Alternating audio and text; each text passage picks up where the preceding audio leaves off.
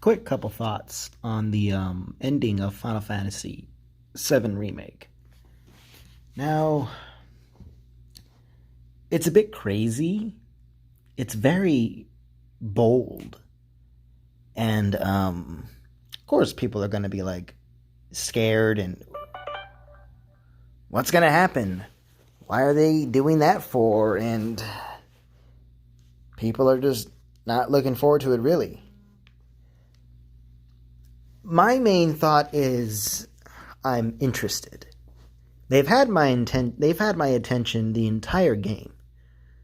Now they have my undivided interest. I am looking forward to how they're going to pull this off. Definitely. And I trust them with the team doing that. And dare I say it, I even trust Nomura on this.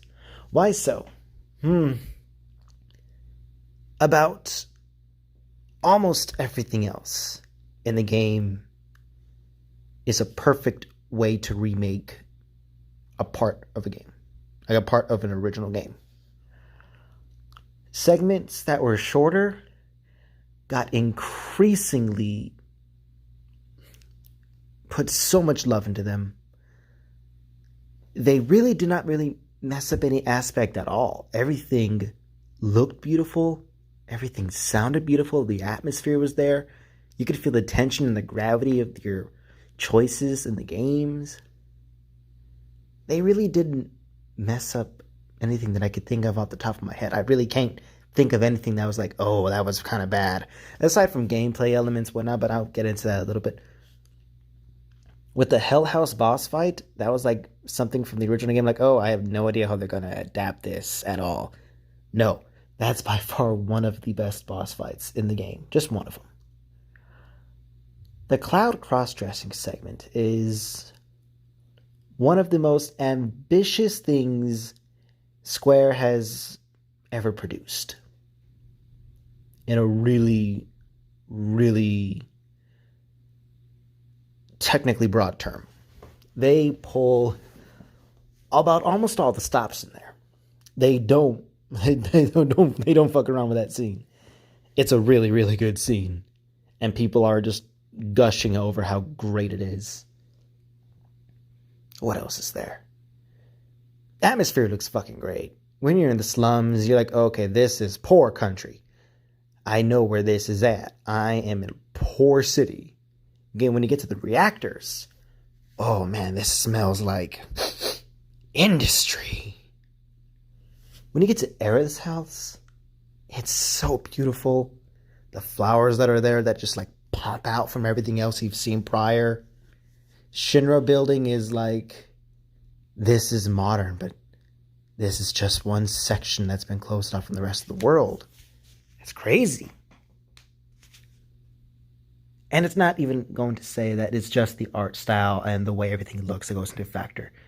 The music has never been better from what I can think of in Square games. I like some Kingdom Hearts music. I'm a big fan of their music and all, but I did not think they could improve Those Who Fight Further any more than what it originally was or anyone's ever done remakes of.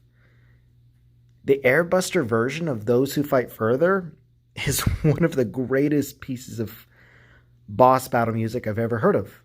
It's insane. It's great. That, along with a bunch of other ones. My other favorite one has to be the Avalanche theme. Avalanche theme makes you feel like you're about to take on the entire world, and you're just one small man army. It's great. It's amazing. I love the gameplay as far as that. It was done by the Kingdom Hearts 2 battle director, and I was like, huh, so that's why it's good. Now, of course, there's some people saying, well, it's to be expected. It's Square. I mean, yes, but I still have to appreciate it. Not because out of obligation, but because it's just, it has to be. It's just really, really, really good. I can't complain anything about it. There are some hiccups every now and then. Little minor grievances, but I don't mind them really. It's not something that is egregious. The few minor flaws I have with the game is like, I know with the capabilities of how much they have in hardware. Like whenever you're going down an alley, you have to like slide your back into it, whatnot. Like if you're sneaking into somewhere, and it takes longer than usual. It takes like 10 seconds. Like, oh, this is kind of, it's dragging on. But then that's its in-game loading screen, which I don't mind personally. I mean, after like the fifth or sixth time, okay, I get it. Let's move on. So they pretty much haven't really messed anything up. They added new elements, and they integrated kind of well. If anything, I didn't mind them at all. They really pulled off this game really well.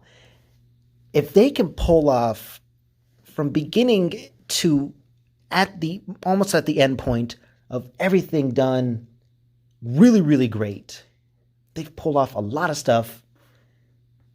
I can vibe by their moves to pull that stunt of what was the ending. Spoiler alert, Zack being alive and them kind of going into another reality. I think that's what's implied. And they're saying, well, Barrett says when they're walking into the light, what is this? Where are we going? Aerith says, what did she say again? Change or something like that? Possibilities? Frightful, unknowing change. But she also says, trust me, I think we can definitely do this. And I maybe just be overstretching the boundaries here, but I think that's the writers telling us, I know this is going to be a really, really awkward and weird change, but trust us of where we're going with this. If they've pulled off everything and they didn't half-ass anything at all up until that point, and they're pulling that kind of move, I trust them. I'm going to go with it. And if they completely fuck it up, that's on me. Yeah, I trust them and I had my entire thing there. But you know what? I'm looking forward to it. So let's see what the future brings us.